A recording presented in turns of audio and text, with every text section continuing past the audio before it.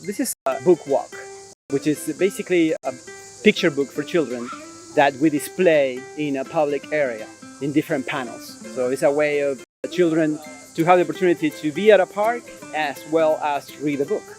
I think it's important to bring everything to where kids already are, right? We talk about meeting kids where they are as a metaphor, but it's really not. It's literally true. Bringing books to settings where kids are comfortable, where they're enthusiastic about coming, where they associate with fun, all of that's good. It's great to be outside. We know how good nature is for all of us. So I think the whole thing just kind of works.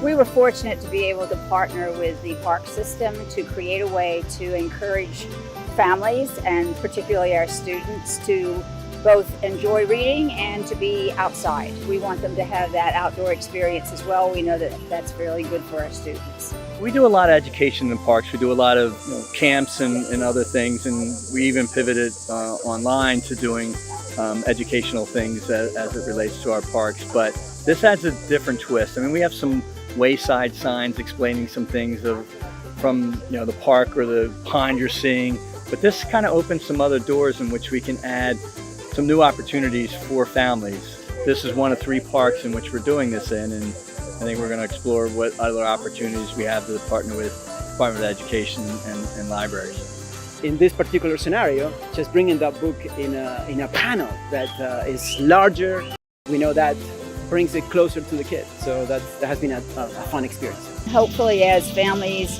go through the parks and read the books, page by page or piece by piece, they will have that opportunity to discuss the stories, to talk about the characters, to anticipate what might be happening next in the plot of the story. All these are skills that we're trying to promote in our classrooms as well.